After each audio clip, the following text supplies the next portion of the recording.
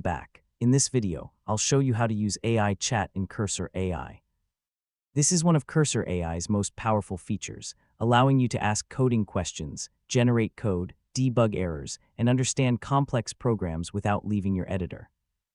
First, open Cursor AI and load your project folder. Once your project is open, look for the **AI chat * panel. If it's not visible, open it using the AI chat button or the appropriate keyboard shortcut. Now click inside the chat box and type your question or request. For example, you can ask the AI to explain a piece of code, generate a new function, optimize your program, write documentation, or help fix an error. Try to be as specific as possible so the AI can give you more accurate answers.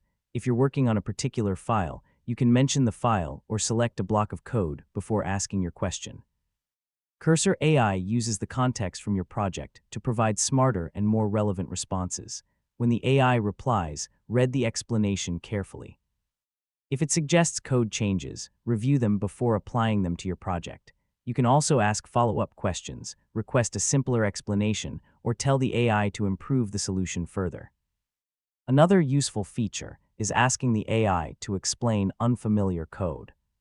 Simply highlight the code and ask, "What does this do?" The AI will break it down into simple language, making it easier to understand and learn from. As you continue chatting, Cursor AI remembers the conversation, so you can build on previous questions without repeating everything. This makes it easier to solve complex programming tasks step by step. That's it. You now know how to use AI chat in Cursor AI to code faster and learn more efficiently. In the next video, I'll show you how to edit code with Cursor AI using its built-in AI tools.